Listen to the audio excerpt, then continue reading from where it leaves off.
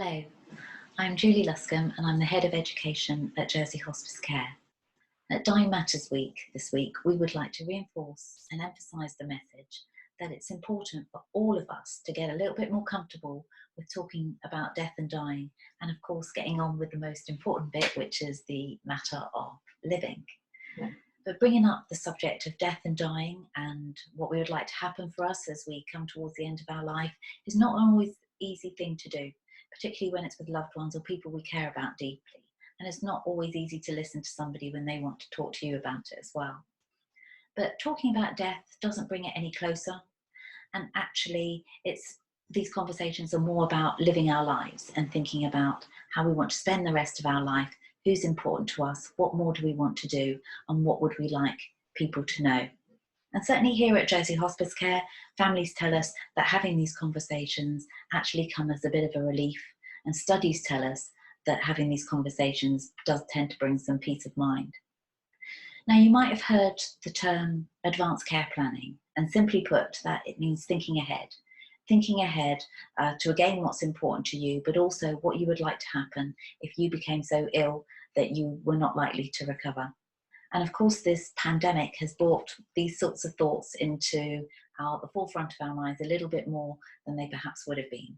And that can be unsettling, but it's also an ideal opportunity that we can actually think about what's important to us and talk to others that are important to us about how we want to live the rest of our lives and what is important to us, what we would like to tell people, and who would we like to spend our lives with. It's actually important for others to know this about us, because by sharing our wishes and expressing those wishes, we're actually making it easier for our family and friends when we're gone. And if we find it difficult to talk about death, it's going to be much harder to support a grieving friend. So these conversations are really important. So we would encourage you to think for yourself, but also to have conversations with your friends and loved ones through some key questions. And obviously the most important one is to think about it is what's important to you, or who is important to you. And that's going to be very different for all of us. So you may be thinking about family and friends. For you, it may be pets. It may be that your faith is very important to you if you have one. Or for you, it could be nature is important, music is important, art or literature. So what makes you you? What's the essence of you? And what is important to you? In difficult times in your life, what has kept you going and what has sustained you? Where do you draw your strength from? Because again, thinking through that question is going to help you think about what's going to be important to you in years to come.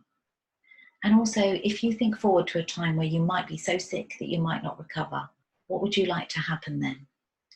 Where would you like to be cared for? And who would you like to be with you?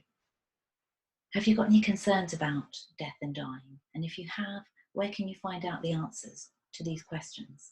What would you like people to know before you die? Have you actually thought about planning your funeral? What would you like to happen there? And have you made a will? And if not, where can you find out information about these things? Who can you talk to about these things? Most importantly, once you've thought these things through, it's actually writing them down, or at least telling somebody and getting them to write it down. And that could be a family member, a friend, or even a close neighbour, or perhaps a healthcare professional that you're involved with. And your GP would obviously be a good one. And of course, in these times of restrictions, we're not able necessarily to have everything that we want, but this isn't going to last forever.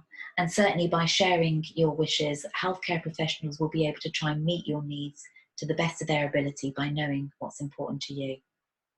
Now, if you're having these conversations for yourself or actually listening to somebody else, there may well be tears because this is an emotive subject. And that's okay. That's absolutely okay. We're talking about the essence of what makes us us. So that's always going to be quite emotional. And think about, if you're answering the questions yourself, how that's made you feel, because that will give you an idea when you're talking to somebody else about it, how they might be feeling as well. So be sensitive to that. Also try not to rush it, because these are important issues and they might change as time goes on as well. So you might want to have this conversation in stages, or even think about it yourself as stages. So do have a break, but do come back to it as well. It's important to come back to it. But you know, once you've thought about it, you've had those conversations, if you've written them down, you can park it. You're done. You might want to come back to it in months or years to come to see whether you still feel the same, but by and large, you've done it. So you can actually get on with the business of living and living your best life, because every death matters, because all our lives are important. So we want to be making the most of it. So please go to our website, Josie Hospice Care, or the Dying Matters website if you want to find out more resources for anything I've spoken to about today, or talk to a healthcare professional that you trust. But really have these conversations. Our lives matter, so let's make the most of it. Thank you.